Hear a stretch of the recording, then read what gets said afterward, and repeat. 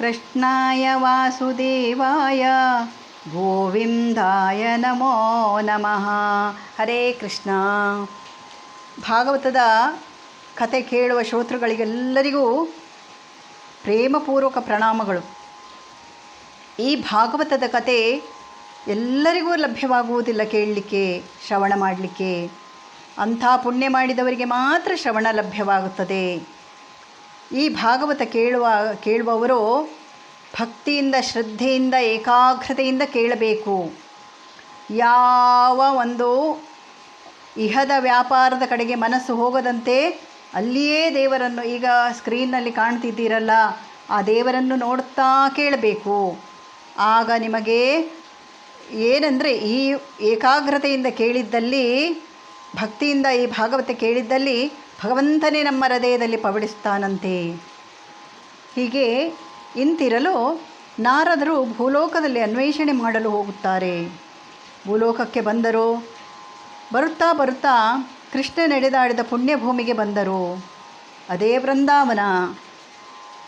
ಅಲ್ಲಿ ಬಂದಾಗ ಒಬ್ಬ ತಾಯಿ ಅಂತ ಅವರಿಗೂ ಗೊತ್ತಿಲ್ಲ, ಒಬ್ಬ ಮಹಿಳೆ ಎರಡು ಮುದುಕರನ್ನು, ಭೂಮಿಯ ಮೇಲೆ ಮಲಗಿದ್ದ ಎರಡು ಮುದುಕರನ್ನು ನೋಡುತ್ತಾ ಗೋಳಾಡ್ತಾ ಆಯಿತು. ಆಕೆ ಇಲ್ಲಿ ಬಂದು, ಯಾರಮ್ಮ ನೀನು? ಇವರ್ಯಾರು ಇಲ್ಲಿ ಬಿದ್ದಿದ್ದಾರಲ್ಲ, ಇವರ್ಯಾರು? ಯಾಕೆ ಇವರನ್ನು ನೋಡುತ್ತಾ ಗೋಳಾಡುತ್ತಿರುವೆ ಎಂದು ಅವರು ಕೇಳಿದಾಗ, ಅವಕ್ಕೆ ಎದ್ದು ನಿಂತು ನಮಸ್ಕರಿಸಿ, ಸ್ವಾಮಿ, ನನ್ನ ಹೆಸರು ಭಕ್ತಿ. ಈ ಇಬ್ಬರೂ ನನ್ನ ಮಕ್ಕಳು. ಕೆಳಗೆ ಬಿದ್ದಿರುವವರು ನನ್ನ ಮಕ್ಕಳು. ಒಬ್ಬ ಜ್ಞಾನ, ಇನ್ನೊಬ್ಬ ವಿರಕ್ತಿ. ಇವರ ಹೆಸರು ಜ್ಞಾನ ಮತ್ತು ವಿರಕ್ತಿ, ಅಂದರೆ ಜ್ಞಾನ ಮತ್ತು ವೈರಾಗ್ಯ. ನಾನು ಹುಟ್ಟಿದ್ದು ತಮಿಳುನಾಡಿನ ಪ್ರಾಂತ್ಯದಲ್ಲಿ, ಬೆಳೆದದ್ದು ಕರ್ನಾಟಕದಲ್ಲಿ. ನನಗೆ ಈ ಇಬ್ಬರು ಮಕ್ಕಳು ಜ್ಞಾನ ಮತ್ತು ವೈರಾಗ್ಯ. ಕಲಿಯುಗದಲ್ಲಿ ಜ್ಞಾನ ವೈರಾಗ್ಯಕ್ಕೆ ಮುಪ್ಪು ಬಂದಿದೆ. ಇವರಿಬ್ಬರನ್ನು ಕಲಿಯುಗದಲ್ಲಿ ಜನರು ಯಾವುದರ ಬಗ್ಗೆಯೂ ಇವರಿಬ್ಬರನ್ನು ಸೇರಿಸಿಕೊಳ್ಳುತ್ತಾ ಇಲ್ಲ. ಜನರಿಗೆ ಇವರು ಬೇಡವಾಗಿದ್ದಾರೆ. ಅದಕ್ಕಾಗಿ ಇವರಿಬ್ಬರೂ ಏಳಲಾಗದ ಸ್ಥಿತಿಯಲ್ಲಿದ್ದಾರೆ. ನಾನು ಇವರಂತೆ ಜರ್ಜರಿತಳಾಗಿದ್ದೆ. ಇಲ್ಲಿ ಕೃಷ್ಣನ ಬೃಂದಾವನದಲ್ಲಿ ಕಾಲಿಡುತ್ತಿದ್ದಂತೆ ನನಗೆ ಯೌವನ ಬಂತು. ಆದ್ದರಿಂದ ನನ್ನ ಮಕ್ಕಳು ಪುನಃ ನನ್ನಂತೆ ಯೌವನಸ್ಥರಾಗಬೇಕು. ತಾವು ಮಹಾಮಹಿಮರಿದ್ದೀರಿ, ನಮಗೊಂದು ಉಪಾಯವನ್ನು ಹೇಳಿರಿ. ನನ್ನ ಮಕ್ಕಳಾದ ಜ್ಞಾನ ಮತ್ತು ವೈರಾಗ್ಯ ಇವರಿಬ್ಬರು ಕಲಿಯುಗದಲ್ಲಿ ಯೌವನವನ್ನು ಪಡೆದುಕೊಳ್ಳಬೇಕು. ಆದ್ದರಿಂದ ನಮಗೊಂದು ದಾರಿ ತೋರಿಸಿ ಎಂದು ದೈನ್ಯ ಸ್ಥಿತಿಯಲ್ಲಿ ಕೇಳಿಕೊಂಡಳು. ಹಾಗಾದರೆ ಈ ಜ್ಞಾನ ಮತ್ತು ವೈರಾಗ್ಯ ಅಂದರೆ ಏನಂತ ತಿಳಿದುಕೊಂಡಿದ್ದೀರಿ? ಇದು ಮಕ್ಕಳಲ್ಲ, ವೃದ್ಧರೂ ಅಲ್ಲ ಅವರಂದರೆ ಜ್ಞಾನ ವೈರಾಗ್ಯ ಇವೆರಡೂ ನಮಗೆ ಬೇಕಾಗಿರುವಂಥ ಒಂದು, ನಮ್ಮ ಜೀವನಕ್ಕೆ ಬೇಕಾಗಿರುವಂಥ ಒಂದು ಘಟ್ಟಗಳು. ಅದನ್ನು ಇಲ್ಲಿ ಮಕ್ಕಳಿಗೆ ಹೋಲಿಸಿದ್ದಾರೆ, ಭಕ್ತಿಯನ್ನು ತಾಯಿಗೆ ಹೋಲಿಸಿದ್ದಾರೆ. ಜನರಿಗೆ ಈ ಜ್ಞಾನ ವೈರಾಗ್ಯ ಎರಡೂ ಬೇಡವಾಗಿದೆ. ಜನರು ಇವೆರಡನ್ನೂ ಉಪಯೋಗಿಸುವುದಿಲ್ಲ ಎಂದು ಅವಳ ಕಳಕಳಿಯಾಗಿತ್ತು. ನಾರದರು ಆಗ ಹೇಳುತ್ತಾರೆ, ಆಗ ಭಕ್ತಿ ಹೇಳ್ತಾಳೆ ಏನಂತ, ಜ್ಞಾನ ಎಂದರೆ ಮನುಷ್ಯನಿಗೆ ಏಕೆ ಬೇಕು? ಅದು ಬೇಡ ಮನುಷ್ಯನಿಗೆ. ಜ್ಞಾನ ಸಿಕ್ಕಿದರೆ ಎಲ್ಲವೂ ಸಿಗ್ತದೆ ನಮಗೆ. ಒಂದು ಜ್ಞಾನ ಒಂದು ಮನುಷ್ಯನ ಹತ್ತಿರ ಇದ್ದರೆ ಎಲ್ಲವನ್ನು ಪಡೆದುಕೊಳ್ತಾನೆ ಅವನು. ವೈರಾಗ್ಯ ಯಾವುದರಲ್ಲಿರಬೇಕು? ಜ್ಞಾನವು ನಮಗೆ ದಾರಿದೀಪವಾಗಬೇಕು. ವೈರಾಗ್ಯ ಹೇಗೆ ಇರಬೇಕೆಂದರೆ, ಕೆಟ್ಟ ಇಂದ್ರಿಯಗಳು, ಆಸೆ, ಕಾಮನೆಗಳು, ಅವುಗಳನ್ನೆಲ್ಲ ವೈರಾಗ್ಯ ಸ್ಥಿತಿಗೆ ನಾವು ತೆಗೆದುಕೊಂಡು ಹೋಗಬೇಕು. ಹಾಗೆ ಇರುವ ಜ್ಞಾನ ವೈರಾಗ್ಯ. ವೈರಾಗ್ಯ ಅಂದರೆ ಸನ್ಯಾಸ ತೆಗೆದುಕೊಂಡು ದೇಶಾಂತರ ಹೋಗುವಂಥದ್ದು ಆ ವೈರಾಗ್ಯ ಅಲ್ಲ. ಸಂಸಾರದಲ್ಲ ವೈರಾಗ್ಯ, ಅದೆಲ್ಲ ವೈರಾಗ್ಯ ಅಲ್ಲ. ಸಿಟ್ಟು, ಕಾಮ, ಕ್ರೋಧ, ಮದ, ಮತ್ಸರ ಇವುಗಳನ್ನೆಲ್ಲ ವೈರಾಗ್ಯ, ಇವುಗಳ ಬಗ್ಗೆ ವೈರಾಗ್ಯ ಬರಬೇಕು ನಮಗೆ. ಜ್ಞಾನ ದಾರಿದೀಪವಾಗಬೇಕು. ಈಗ ಗೊತ್ತಾಯ್ತಲ್ಲ? ಹಾಗೆ ನಾರದರು ಹೇಳ್ತಾರೆ, ನಿನಗೊಂದು ಉಪಾಯವನ್ನು ಹೇಳುವೆ. ಏನೆಂದರೆ, ನೀನು ಭಾಗವತವನ್ನು ಕೇಳು, ಆಗ ನಿನ್ನ ಮಕ್ಕಳು ಯೌವನ ಪಡೆಯುತ್ತಾರೆ ಎಂದು ಹೇಳುತ್ತಾರೆ. ಸ್ವಾಮಿ, ನಮಗೆ ಯಾರು ಭಾಗವತ ಉಪದೇಶ ಮಾಡುವವರು? ಭಾಗವತವನ್ನು ಹೇಳುವವರು ಯಾರು? ನಮಗೆ ಕೇಳಲಿಕ್ಕೆ ಆಸಕ್ತಿ ಉಂಟು, ನಮಗೆ ಹೇಳುವವರು ಯಾರು ಎಂದಾಗ ಇವರೆಲ್ಲರನ್ನು ಕರೆದುಕೊಂಡು ನಾರದರು ಹರಿದ್ವಾರಕ್ಕೆ ಬರುತ್ತಾರೆ. ಸನಕಾದಿ ಮುನಿಗಳಿಂದ ಭಾಗವತ ಶ್ರವಣ ಮಾಡಿಸುತ್ತಾರೆ. ಆ ಭಾಗವತ ಶ್ರವಣ ಮಾಡಿದ ಜ್ಞಾನ ಮತ್ತು ವೈರಾಗ್ಯ ಇಬ್ಬರಿಗೂ ತರುಣಾವಸ್ಥೆ ಪ್ರಾಪ್ತವಾಯಿತು. ಹೀಗೆ ಭಾಗವತ ಒಬ್ಬರಿಂದ ಒಬ್ಬರಿಗೆ ಒಬ್ಬರಿಂದ ಒಬ್ಬರು ಪ್ರವಚನ ಮಾಡುತ್ತಾ ಬಂದರು. ನಾರದ ಸನಕಾದಿಗಳು ಹರಿದ್ವಾರದಲ್ಲಿ, ಮೈತ್ರೇಯ ವಿದುರರು ಬದರಿ ಕ್ಷೇತ್ರದಲ್ಲಿ, ನಂತರ ಪರೀಕ್ಷಿತ ರಾಜನು ಶುಕಮುನಿಗಳು ಶುಕಸ್ಥಳದಲ್ಲಿ, ಸೂತ ಪುರಾಣಿಕರು ಶೌನಕಾದಿಗಳಿಗೆ ನೈಮಿಷಾರಣ್ಯದಲ್ಲಿ ಹೀಗೇ ನಡೆದುಕೊಂಡು ಬಂದಿತು. ಭಾಗವತ ಕೇಳುವುದರಿಂದ ಏನು ಲಾಭವಿದೆ ಅಂತ ನೋಡಿದರೆ, ಒಂದು ಕಥೆ ಹೇಳ್ತೇನೆ ಅದರ ಬಗ್ಗೆ ಅಂತ ನಾರದರು ಹೇಳ್ತಾರೆ. ಒಬ್ಬ ಆತ್ಮದೇವ ಎಂಬ ಬ್ರಹ್ಮಜ್ಞಾನಿ ಇದ್ದ, ದೊಡ್ಡ ಬ್ರಹ್ಮಜ್ಞಾನಿ. ಈ ಆತ್ಮದೇವನಿಗೆ ಹಿಂದಿನ ಜನ್ಮದ ಕರ್ಮವೂ ಅಂಟಿಕೊಂಡಿತ್ತು. ಆ ಕರ್ಮಫಲದಿಂದ ಅವನಿಗೆ ಮದುವೆ ಆದರೂ ಕೂಡ ಒಬ್ಬ ಸುಂದರಿ ಮದುವೆ ಆಯಿತು, ಸುಂದರಿಯೊಂದಿಗೆ ಮದುವೆ ಆಯಿತು. ಆದರೆ ಅವಳ ಹೆಸರು ಧುಂದುಲಿ ಅಂತ. ಆದರೆ ಅವಳು ತುಂಬ ಕೆಟ್ಟ ಹೆಂಗಸು, ಅವನಿಗೆ ಯಾವುದರಲ್ಲಿಯೂ ಸುಖ ಕೊಡುವುದಿಲ್ಲವಿತ್ತು. ಅವಳ ತುಂಬ ಕೆಟ್ಟ ಬುದ್ಧಿ ಇತ್ತು ಅವಳಿಗೆ. ಅವಳು ಒಂದು ಪೂಜೆ ಪುನಸ್ಕಾರ ಯಾವುದೇ ಒಂದು ಮಾಡುವುದಿಲ್ಲವಿತ್ತು. ತನ್ನಷ್ಟಕ್ಕೆ ತಾನು ಯಾವುದೇ ಒಂದು ಸಂಸ್ಕಾರವಿಲ್ಲದೆ ಬೆಳೆದವಳಾಗಿದ್ದಳು. ಬಹಳ ಕೆಟ್ಟ ಹೆಂಗಸು. ಹೀಗೆ ಇರುವಾಗ ಮದುವೆಯಾಗಿ ಸುಮಾರು ವರ್ಷ ಕಳೆಯಿತು. ಆತ್ಮದೇವನಿಗೆ ನಮಗೊಂದು ಮಕ್ಕಳಾಗಲಿಲ್ಲವಿಲ್ಲ ಎಂದು ಕೊರತೆ ಇತ್ತು. ಆಗ ಅವನು ಮಗುವನ್ನು ಕೊಡುವಂತೆ ದೇವರನ್ನು ಪ್ರಾರ್ಥಿಸುತ್ತೇನೆ, ದೇವರನ್ನು ಬೇಡುತ್ತೇನೆ ಎಂದಾಗ ಇವಳು ತುಂಬ ಕಸವಿಸಿಗೊಳ್ಳುತ್ತಿದ್ದಳು ಧುಂದುಲಿ. ಏಕೆಂದರೆ ನನ್ನ ಅಂದ ಕೆಡುತ್ತೆ, ನಾನು ತುಂಬ ಕಷ್ಟಪಡಬೇಕು, ಈ ಸಂತಾನದ ದೆಸೆಯಿಂದ ತುಂಬ ರಗಳೆ ಆಗ್ತದೆ, ನನ್ನ ಸ್ವಾತಂತ್ರ್ಯಕ್ಕೂ ಅಡ್ಡಿ ಬರ್ತದೆ, ನನ್ನ ಅಂದ ಕೆಡ್ತದೆ ಅಂಥೇಳಿ ಇವಳ ಆಲೋಚನೆ. ಆದ್ದರಿಂದ ಇವಳಿಗೆ ಸಂತಾನ ಬೇಡವೆಂದು ಅಂದುಕೊಂಡಿದ್ದಳು. ಅಮಾವಾಸ್ಯೆ ದಿವಸ ಪಿತೃಗಳಿಗೆ ಜಲತರ್ಪಣ ಕೊಡಬೇಕಲ್ಲ. ಆಗ ಜಲತರ್ಪಣ ಕೊಟ್ಟ ಆತ್ಮದೇವ ಒಳ್ಳೆ ಫಲಭರಿತ ಮಾವಿನ ಮರಕ್ಕೆ ಜಲತರ್ಪಣ ಕೊಟ್ಟ ಪಿತೃಗಳಿಗೆ. ಅಮಾವಾಸ್ಯೆ ದಿವಸ ಸಾಯಂಕಾಲದೊಳಗೆ ಆ ಮಾವಿನ ಮರ ಒಣಗಿ ಹೋಯಿತು. ಆತ್ಮದೇವನಿಗೆ ಬಹಳ ದುಃಖವಾಯಿತು. ಮಾವಿನ ಮರವನ್ನು ನೋಡಿ ಬಹಳ ದುಃಖಗೊಂಡು ಅದೇ ದುಃಖದಲ್ಲೇ ಮಲಗಿದ್ದ. ಒಂದು ಸ್ವಪ್ನವಾಗುತ್ತೆ. ಸ್ವಪ್ನದಲ್ಲಿ ಪಿತೃಗಳು ಬಂದು ಮಾವಿನ ಮರದ ಬಗ್ಗೆ ಹೇಳಿ, ನಿನಗೆ ಸಂತಾನವಾಗದಿದ್ದ ಕಾರಣ ನಮಗೆಲ್ಲ ಸ್ವರ್ಗದಲ್ಲಿರದೆ ನರಕದಲ್ಲಿದ್ದೇವೆ. ಪಾಪಿಯಾದ ನಿನ್ನ ಕೈಯ ತರ್ಪಣದಿಂದ ಮಾವಿನ ಮರ ಸತ್ತು ಹೋಗಿದೆ. ನಿನಗೆ ಸಂತಾನ ಭಾಗ್ಯವಾದರೆ ನಾವೆಲ್ಲರೂ ಧನ್ಯರಾಗುತ್ತೇವೆ ಎಂದು ಆತ್ಮದೇವನಿಗೆ ಹೇಳುತ್ತಾರೆ. ಆತ್ಮದೇವನು ಪತ್ನಿಗೆ ಮನವೊಲಿಸುತ್ತಾನೆ. ನಾನಾ ರೀತಿ ತರಹದಲ್ಲಿ ಪ್ರಯತ್ನಪಟ್ಟರೂ ಪ್ರಯೋಜನವಾಗಲಿಲ್ಲ. ಕಡೆಗೆ ಏನಪ್ಪ ಮಾಡುವುದೆಂದು ನೊಂದು ಅರಣ್ಯ ಸೇರಿದ. ಅಲ್ಲಿ ಅರಣ್ಯ ರೋಧನ ಮಾಡುತ್ತಾನೆ. ಅರಣ್ಯ ರೋಧನ ಅಂತ ಗೊತ್ತುಂಟಲ್ಲ ನಿಮಗೆಲ್ಲ. ಅರಣ್ಯ ಯಾರ ಕಣ್ಣಿಗೂ ಕಾಣದೆ ತಮ್ಮಷ್ಟಕ್ಕೆ ತಾವು ನೋವು ಪಡುವುದು. ಅಲ್ಲಿ ತಾನು ಓಡಾಡುತ್ತಾ ಇರುತ್ತಾನೆ. ಆಗ ಋಷಿಮುನಿಗಳೊಬ್ಬರು ಆತನ ಪಕ್ಕಕ್ಕೆ ಬಂದು, ಏನಯ್ಯ, ಏನಾಗಿದೆ ನಿನಗೆ? ತಾಪತ್ರಯವಾಗಿದ್ದೆ, ಬಹಳ ತೊಂದರೆಯಲ್ಲಿರುವಂತೆ ಕಾಣುತ್ತಿದೆ, ನೋವುಂಡಂತೆ ಕಾಣುತ್ತಿರುವೆಯಲ್ಲ, ನಿನ್ನ ನೋವಿಗೆ ಕಾರಣವೇನು ಎಂದು ಅವರು ಕೇಳುತ್ತಾರೆ.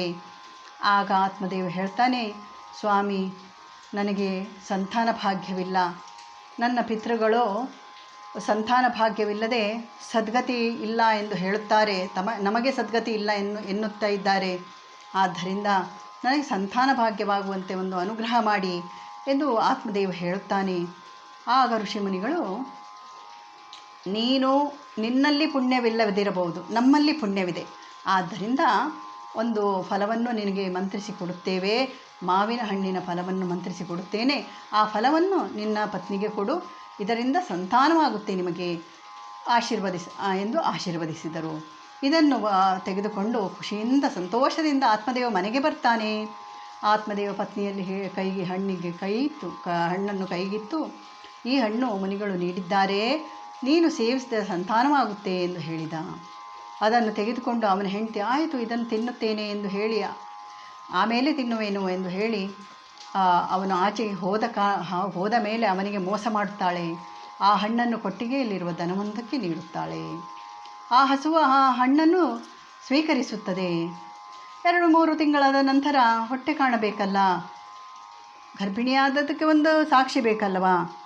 ಆ ಸಾಕ್ಷಿಗಾಗಿ ಬಟ್ಟೆಯನ್ನು ಸುತ್ತುತ್ತಾ ಇರ್ತಾಳೆ ಹೊಟ್ಟೆಗೆ. ಅದೇ ಸಮಯದಲ್ಲಿ ಕೊಟ್ಟಿಗೆಯಲ್ಲಿರುವ ಹಸುವು ಕೂಡ ಗರ್ಭಿಣಿಯಾಗಿರುತ್ತದೆ. ಅದು ಪ್ರವರ್ಧಮಾನ ಕಾಲಕ್ಕೆ ಹೊಟ್ಟೆ ಕಾಣುತ್ತಾ ಇರ್ತದೆ. ಆ ಹಸುವಿಗೂ ಗರ್ಭಿಣಿಯಾಗಿರ್ತದಲ್ಲ. ಅಲ್ಲಿ 9 ತಿಂಗಳಾದ ಮೇಲೆ ತವರಿಗೆ ಹೆರಿಗೆಗೆ ಹೋಗುವೆನೆಂದು ಹೊರಡುವಳು. ಅಲ್ಲಿ ಅದೇ ಸಮಯಕ್ಕೆ ಅವಳ ತಂಗಿಯೂ ಕೂಡ ಹೆರಿಗೆಗೆ ಬಂದಿರುವಳು. ಅವಳು ಗಂಡು ಮಗುವಿಗೆ ಜನನವಿತ್ತಳು. ಇವಳು ನಡೆದದ್ದನ್ನೆಲ್ಲ ತಂಗಿಯ ಹತ್ತಿರ ಹೇಳಿಕೊಂಡು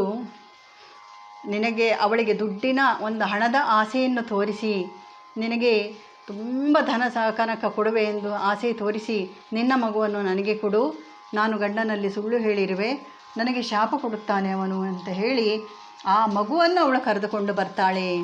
ಆತ್ಮದೇವ ತುಂಬ ಖುಷಿ ಪಡ್ತಾನೆ, ಆ ಮಗುವನ್ನು ಕಂಡು ಸಂತೋಷಗೊಂಡುತ್ತಾನೆ. ಆದರೆ ಮಗುವಿಗೆ ಹಾಲಿರುವುದಿಲ್ಲ. ಅವಳ ತಂಗಿಯನ್ನು ಕರೆದುಕೊಂಡು ಬಂದು ಅವಳ ಮಗು ತೀರಿಕೊಂಡಿದೆ, ಅವಳ ಹಾಲನ್ನು ಈ ಮಗುವಿಗೆ ಕುಡಿಸುತ್ತೇನೆಂದು ಅಲ್ಲಿಯೂ ಅವನಿಗೆ ಮೋಸ ಮಾಡಿದಳು. ಅಂತೂ ಇಂತೂ ಆ ಮಗು ಬೆಳೆಯುತ್ತಾ ಬಂತು. ಈಗ ನೋಡಿ, ಕೊಟ್ಟಿಗೆಯಲ್ಲಿದ್ದ ದನವೂ ಕೂಡ ಹಸುವೂ ಕೂಡ ಜನ್ಮ ನೀಡಿತ್ತು, ಕರು ಹಾಕಿತ್ತು. ಕರು ಹಾಕಲಿಲ್ಲ, ಜನ್ಮ ನೀಡಿತ್ತು. ಮನುಷ್ಯ ರೂಪದ ಒಂದು ಮಗುವನ್ನೇ ಜನ್ಮ ನೀಡಿತ್ತು ಹಸು. ಆದರೆ ಕಿವಿ ಮಾತ್ರ ಹಸುವಿನ ಕಿವಿ ಆಗಿತ್ತು. ಹಸುವಿನ ಕಿವಿ ಮನುಷ್ಯನ ಒಂದು ಆಕಾರ. ಆತ್ಮದೇವನಿಗೆ ಬಹಳ ಆಶ್ಚರ್ಯವಾಯಿತು. ಅವನು ಹಸುವಿನ ಹಾಲು ಕುಡಿಸ್ತಿದ್ದ. ಆ ಮಗು ಪ್ರವರ್ಧಮಾನದಿಂದ ಚೆನ್ನಾಗಿ ಕಾಲಕ್ಕೆ ಬೆಳೆಯುತ್ತಿತ್ತು. ತನ್ನ ಮಗನಿಗೆ ದುಂದುಕಾರಿ ಎಂದು ಹೆಸರಿಟ್ಟ. ಆ ಹಸುವಿನ ಹೊಟ್ಟೆಯಲ್ಲಿ ಹುಟ್ಟಿದ ಮಗುವಿಗೆ ಗೋಕರ್ಣ ಎಂದು ಹೆಸರಿಟ್ಟ. ಇವರಿಬ್ಬರಿಗೂ ನಾಮಕರಣ ಮಾಡಿದ, ಭರ್ಜರಿಯಾಗಿ ನಾಮಕರಣ ಮಾಡಿದ. ಉಪನಯನ ಮಾಡಬೇಕು. ಇನ್ನು ಇವರು ಬೆಳೆಯುತ್ತಾ ಬಂದಾಗೆ ಉಪನಯನ ಮಾಡಬೇಕು. ಹಾಗೆ ಎಲ್ಲವನ್ನೂ ಮಾಡಿದ. ಹಾಗೆ ವಿದ್ಯೆ ಕಲಿಯಲು ಒಂದು ಒಳ್ಳೆಯ ಗುರುಗಳಲ್ಲಿಯೂ ಬಿಟ್ಟ.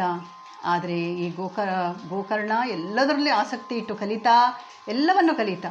ಆದರೆ ಧುಂದುಕಾರಿ ಮಾತ್ರ ಏನೂ ಕಲಿಯದೆ ಬರೀ ಒಂದು ಆಟಾಟೋಪದಲ್ಲಿ ಏನೂ ಕೆಟ್ಟ ಬುದ್ಧಿ ಎಷ್ಟು ಉಂಟೋ ಪ್ರಪಂಚದಲ್ಲಿ ಅಷ್ಟೂ ಎಲ್ಲ ವಿದ್ಯೆಯನ್ನು ಧುಂದುಕಾರಿ ಕಲಿತ. ಗೋಕರ್ಣನಿಗೆ ಇದೆಲ್ಲವನ್ನು ನೋಡಿದ ಅಲ್ಲ, ಅವನು ತಂದೆಯಲ್ಲಿ ಹೇಳಿದ, ಅಪ್ಪಾಜಿ, ನಾನು ಇನ್ನೂ ಬಹಳ ಕಲಿಯುವುದಿದೆ. ಆದ್ದರಿಂದ ಕಾಶಿ ಕ್ಷೇತ್ರದಲ್ಲಿ ವೇದಾಧ್ಯಯನಕ್ಕಾಗಿ ಹೋಗುವೆ ಎಂದು ಅವನು ಹೊರಟು ನಿಂತ.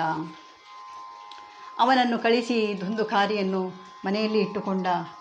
ಈ ಧುಂದುಕಾರಿ ತುಂಬ ಕೆಟ್ಟ ಪ್ರವೃತ್ತಿಯವನಾಗುತ್ತಾನೆ. ಆತ್ಮದೇವನಿಗೆ ಧುಂದುಕಾರಿಯನ್ನು ನೋಡಿ ಆ ಯೋಚನೆಯಲ್ಲೇ ಸತ್ತ.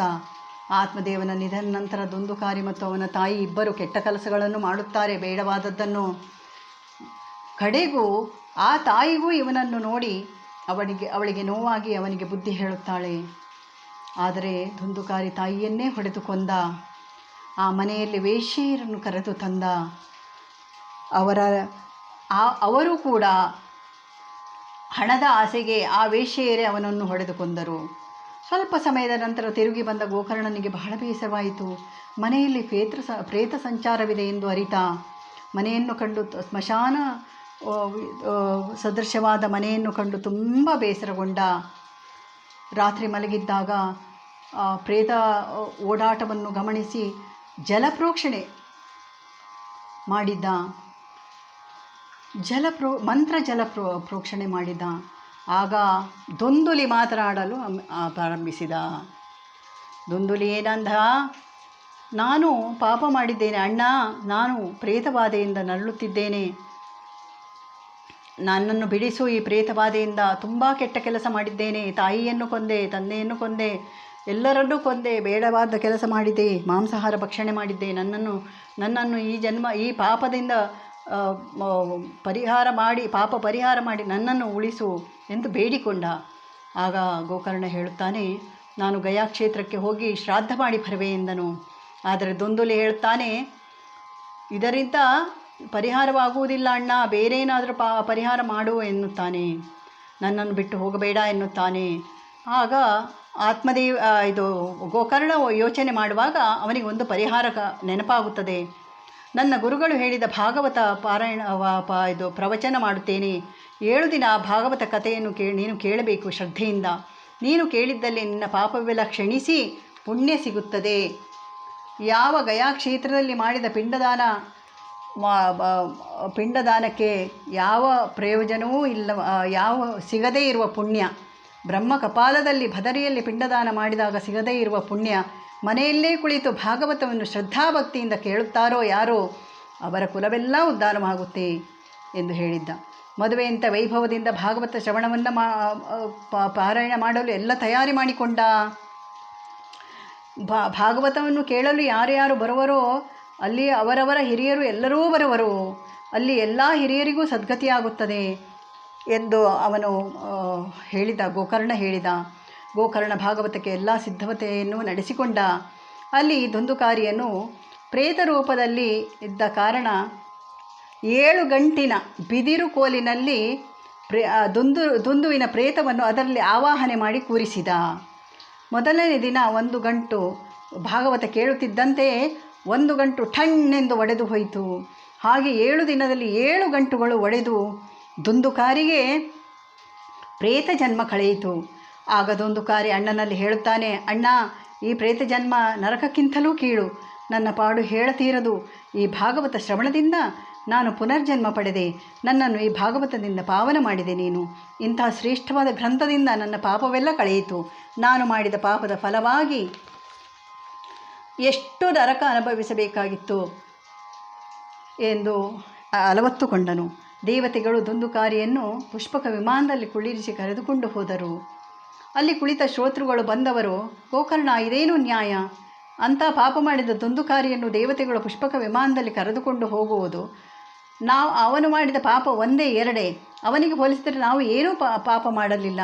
7 ದಿನ ಭಾಗವತವನ್ನು ಕೇಳಿದ ನಮಗೆ ಏನೂ ಫಲವಿಲ್ಲವೇ ಎಂದು ಕೇಳಿದರು. ಅದಕ್ಕೆ ಗೋಕರ್ಣ ಹೇಳಿದ, ನೀವೆಲ್ಲರೂ ಬಂದು ಶ್ರದ್ಧೆಯಿಂದ ಭಾಗವತ ಕೇಳಿದಿರಾ, ಊಟ ತಿಂಡಿ ಚೆನ್ನಾಗಿ ಮಾಡಿದಿರಿ, ಮತ್ತು ಮನೆಗೆ ತೆರಳಿ ದಿನದ ಸಂಸಾರಿಕ ಜೀವನಕ್ಕೆ ವ್ಯಾಪಾರ ಕೇಳಿದಿರಿ. ಆದರೆ ದುಂದುಕಾರಿ ಪ್ರೇತ ದಿನದ ಭಾಗವತ ಕೇಳಿ ಮರುದಿನದ ಭಾಗವತ ಪ್ರಾರಂಭವಾಗುವವರೆಗೂ ಹರಿಧ್ಯಾನ ಮಾಡುತ್ತಿದ್ದ, ಕೇಳಿದ ಭಾಗವತವನ್ನು ಮನನ ಮಾಡಿಕೊಳ್ಳುತ್ತಿದ್ದ.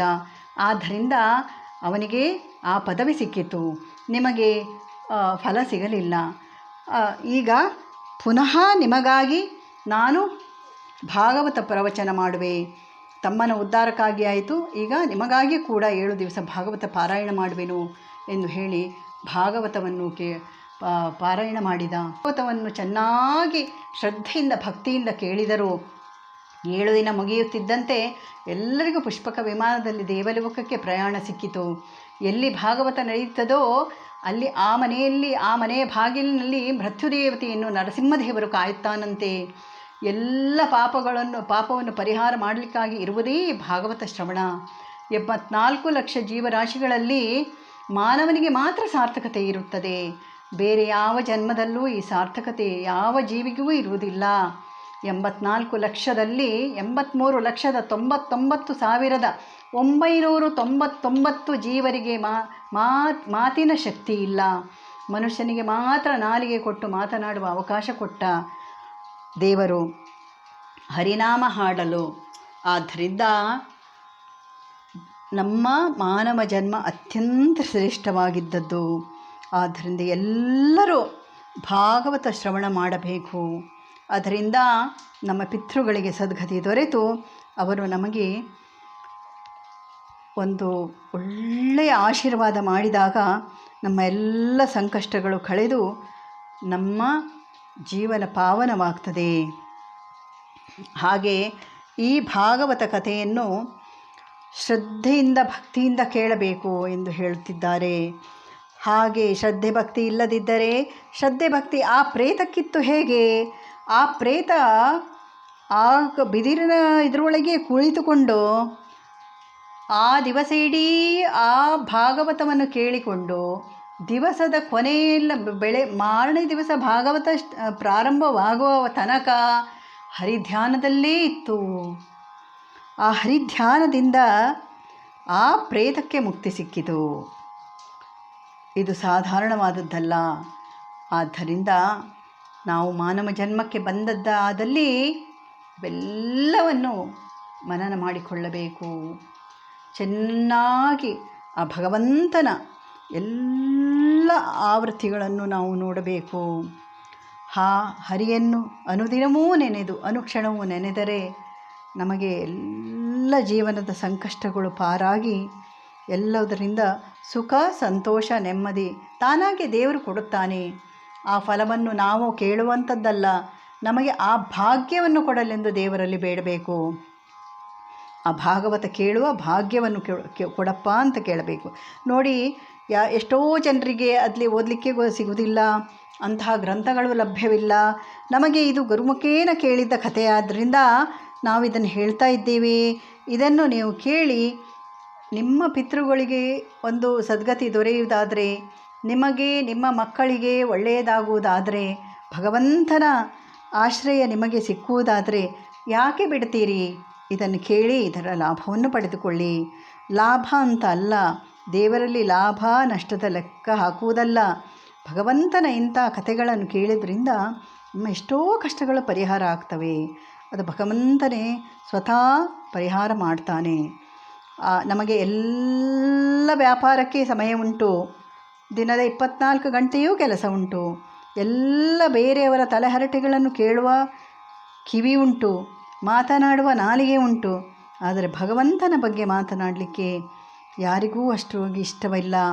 ಅದೆಲ್ಲ ಅರ್ಚಕರು ಮಾಡ್ತಾರೆ ಅಥವಾ ಇನ್ನೊಬ್ಬರು ಮಾಡ್ತಾರೆ, ಅವರಿಗೆ ಗೊತ್ತುಂಟು, ಇವರಿಗೆ ಗೊತ್ತುಂಟು. ಬೇಡ, ಯಾವ ಸಂಸ್ಕೃತವೂ ಬೇಡ, ಯಾವ ಪದವಿಯೂ ಬೇಡ.